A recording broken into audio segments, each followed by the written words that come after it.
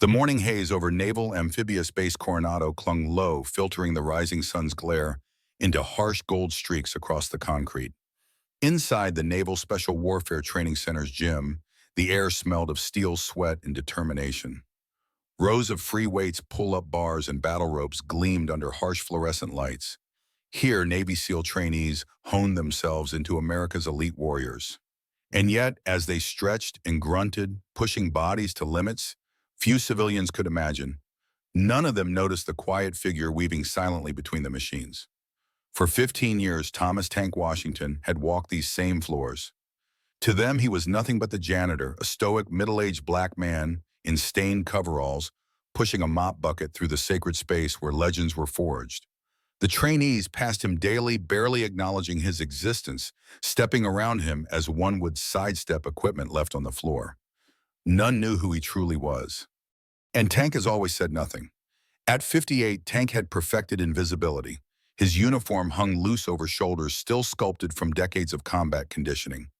Beneath his collar, mostly hidden ink faded with age, told a different story, a skull wearing a green beret framed by Latin words and mission numbers that once made enemies pray they'd never cross paths with the man who bore it.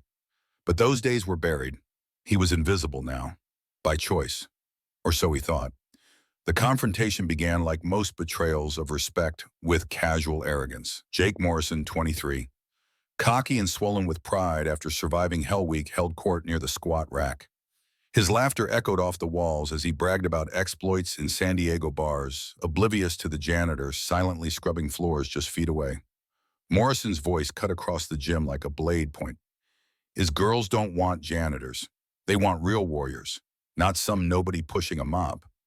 Several trainees chuckled uneasily. One tried to caution him, eyeing Tank's silent form nearby, but Morrison, drunk on his own bravado, doubled down. His next words carried weight far beyond his understanding. "Hey, janitor, you missed a spot over there." The gym fell silent. Tank didn't flinch. His hands tightened slightly on the mop handle, but he kept cleaning, his expression unreadable. "Did you hear me? Clean it. That's what we pay you for," Morrison snapped. The silence deepened. Then behind them, a low voice cut through like a drill instructor's bark. "What's going on here?" Master Chief Samuel Rodriguez, a SEAL legend, had entered the gym. His eyes swept over the scene, and then locked onto Tank. The faded tattoo peeked from beneath Tank's collar. Rodriguez's face shifted from confusion to recognition to something bordering reverence. "Tank," he whispered. And in that moment the janitor vanished. In his place stood Gunnery Sergeant Thomas Tank Washington, Force Recon Marine.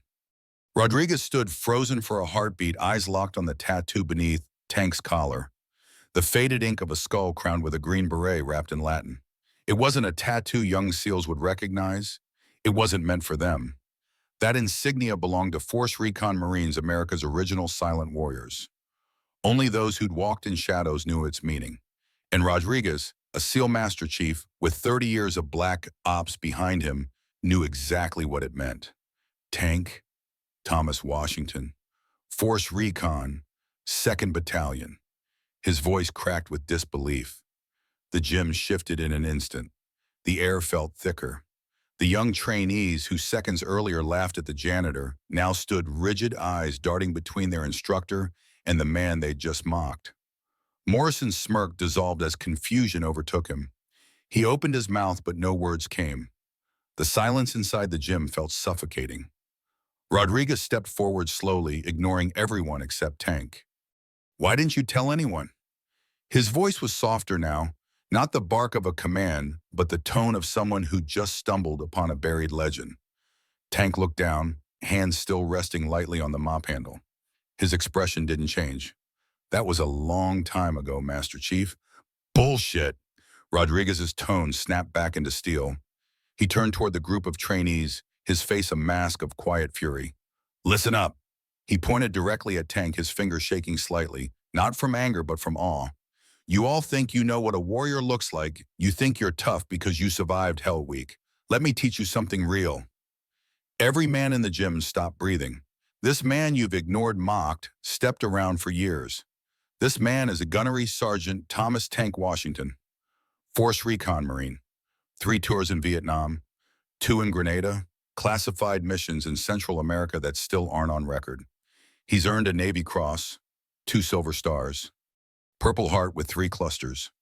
Murmurs rippled across the gym. Rodriguez's voice rose. Do you even understand what that means? The Navy Cross is 1 step below the Medal of Honor. This man stood where most men died. He paced slowly before the stunned trainees, eyes blazing.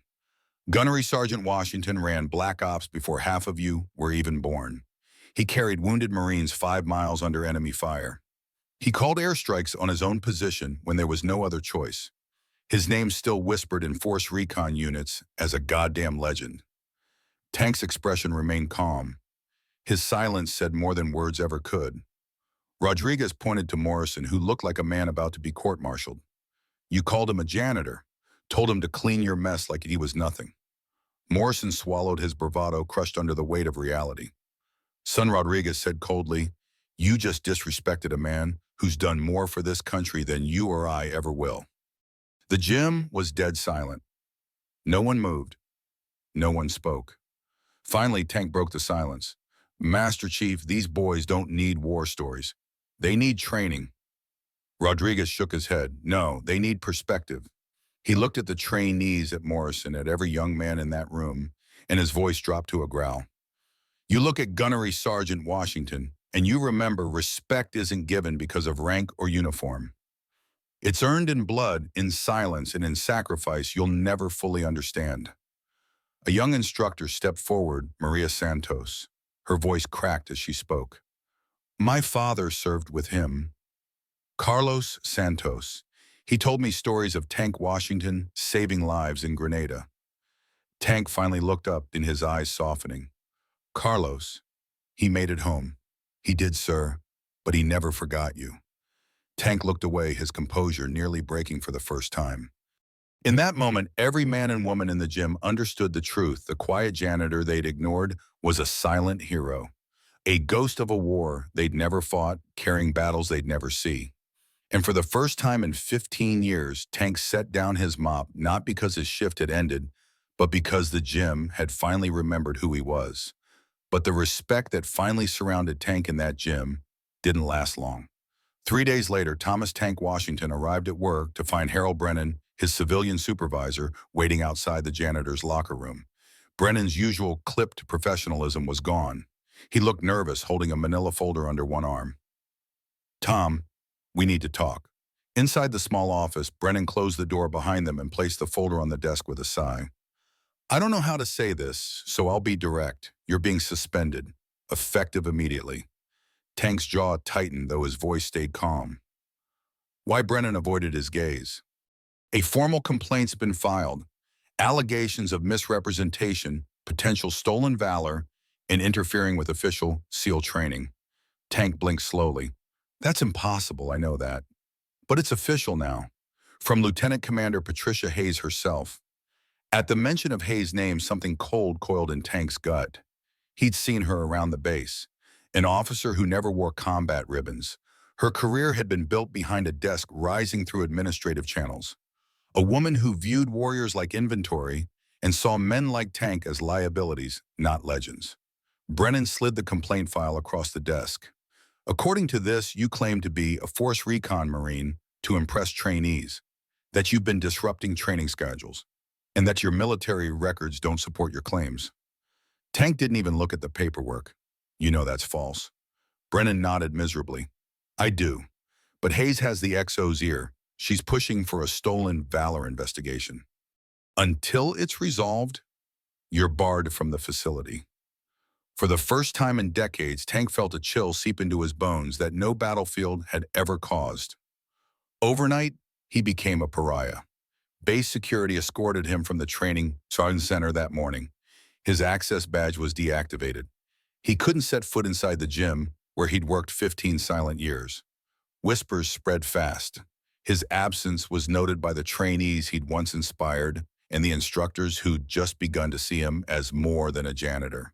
But nobody dared speak openly. Lieutenant Commander Hayes issued warnings to the SEAL candidates associating with Tank Washington was now prohibited.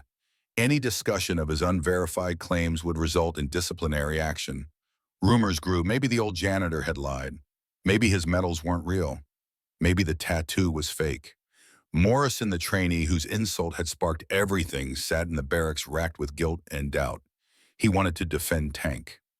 But how, when the system itself said Tank might be a fraud? Master Chief Rodriguez wasn't silent. He challenged the accusations directly, standing up in front of the command staff and demanding answers. But he was shut down. Official channels required a thorough review. Hayes had leveraged the uncertainty in Tank's redacted service files. Years of classified operations left gaps that even Rodriguez couldn't explain. Tank stayed in his small apartment alone, waiting for a summons that felt like an indictment. A week later, a certified letter arrived. His security clearance was under review. His veterans' benefits were frozen. He was formally under investigation for possible stolen valor, a crime carrying federal penalties. And through it all, Tank said nothing. He spent his nights staring at the few mementos he still owned, a single Silver Star citation, his Navy Cross recommendation letter, all redacted. Proof of service that no bureaucrat would ever recognize. He had survived war.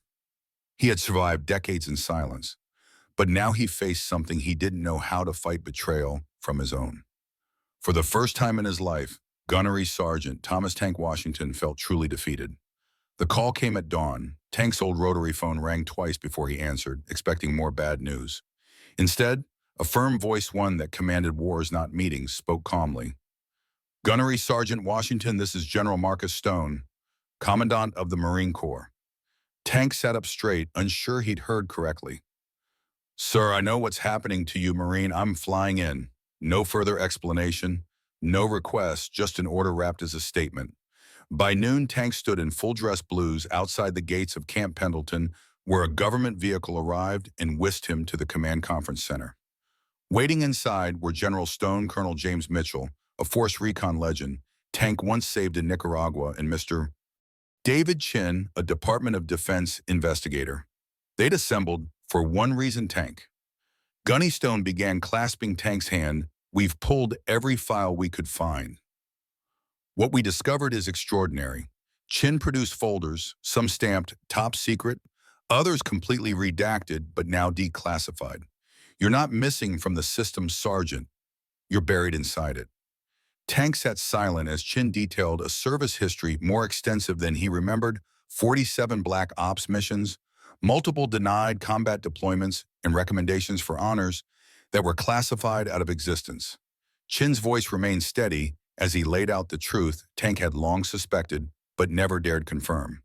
Your records were sealed so deep that not even most generals could access them without presidential clearance.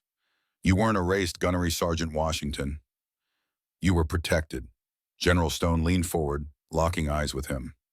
You've spent the last 15 years mopping floors while this nation forgot your name. That ends today. Colonel Mitchell nodded gravely, his voice thick. You saved my life in Nicaragua, Gunny. Now we're here to return the favor. Tank swallowed hard words caught behind decades of stoic silence. It wasn't gratitude he felt.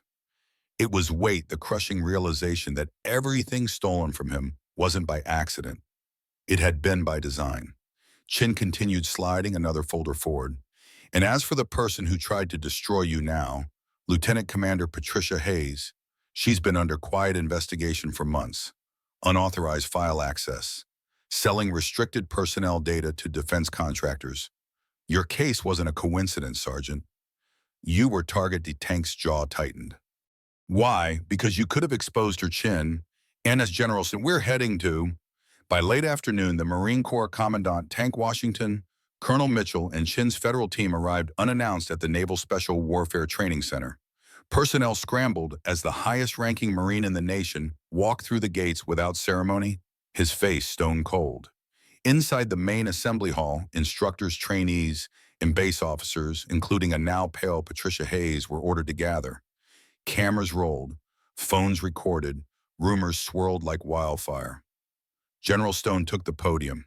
An injustice has occurred here, he declared, his voice echoing through the silent gym. And today that ends. He gestured toward Tank, who stood beside him in full dress blue, silent but imposing. This man, Stone continued, is Gunnery Sergeant Thomas Washington. 3 Purple Hearts, 2 Silver Stars, a Navy Cross, 47 classified operations. You know him as a janitor, But he is, in fact, one of the most decorated Marines of his generation. The room froze. Colonel Mitchell stepped forward. He carried me out of a firefight in Nicaragua. I'm standing here because of him. Stone didn't stop there, and the person who tried to erase his service, Stone's gaze locked onto Hayes. Lieutenant Commander Patricia Hayes. Arrest her. Federal agents moved swiftly as the room erupted in stunned gasps. Hayes protested weakly, but Chin's agents silenced her with handcuffs and federal warrants. You targeted a hero, Stone said bluntly, to hide your own crimes. As Hayes was let out, silence gripped the room. And then Master Chief Rodriguez broke ranks. He strode forward and saluted. Gunnery Sergeant Washington, he said, voice steady but reverent, it's an honor to serve with you. One by one, every instructor, every SEAL trainee, every officer followed. Salutes snapped crisply. A silent tribute not to a janitor, but to a warrior rediscovered. Tank stood motionless, throat thick, absorbing a respect he never sought but had always earned. General Stone finished with quiet finality. Today the Marine Corps remembers one of its finest, and this time we won't forget. And with that, the past was no longer buried. Tank Washington's legacy had been restored. In the months that followed, Thomas Tank Washington no longer pushed a mop through the Naval Special Warfare Training Center. Instead, he walked its halls as an honored instructor. His janitor's uniform was replaced by dress blues or simple fatigues, but his most powerful uniform was his reputation, a quiet legend, now fully revealed. Trainees who once ignored him now filled his sessions listening intently as Tank shared not stories of medals or glory, but lessons about mental toughness, leadership under pressure, and what it truly meant to serve. He taught them that strength wasn't about muscles or rank. Real warriors, he told them, lift others up. They don't seek attention. They build their brothers. His words resonated far beyond the base. Military academies requested transcripts of his lectures. His story became a case study across all branches, a reminder that heroes often go unrecognized not because they are weak, but because humility shields them better than any armor. At the gym where he once mopped the floors, a simple brass plaque was mounted on the wall in honor of Gunnery Sergeant Thomas Tank, Washington warrior, mentor, brother. And yet when asked what mattered most, Tank always answered the same, that they remember the lesson, not the man. His presence, once overlooked, now inspired thousands. Every salute he received, every respectful nod from a young trainee, reminded Tank that his quiet sacrifices had not been in vain. Tank's story teaches us that real strength isn't measured by what you've done, it's how you lift others when no one's watching. Heroes don't always wear medals. Sometimes they carry burdens, silently choosing service over recognition. To everyone reading this, respect the quiet warriors around you. Look beyond titles, uniforms, and appearances. Some of the greatest heroes you'll ever meet won't ask for honor. They'll simply live it. If Tank's journey moved you, leave a comment honoring someone who taught you strength. Subscribe for more real-life stories like this, and share this message. Real warriors lift others up, always.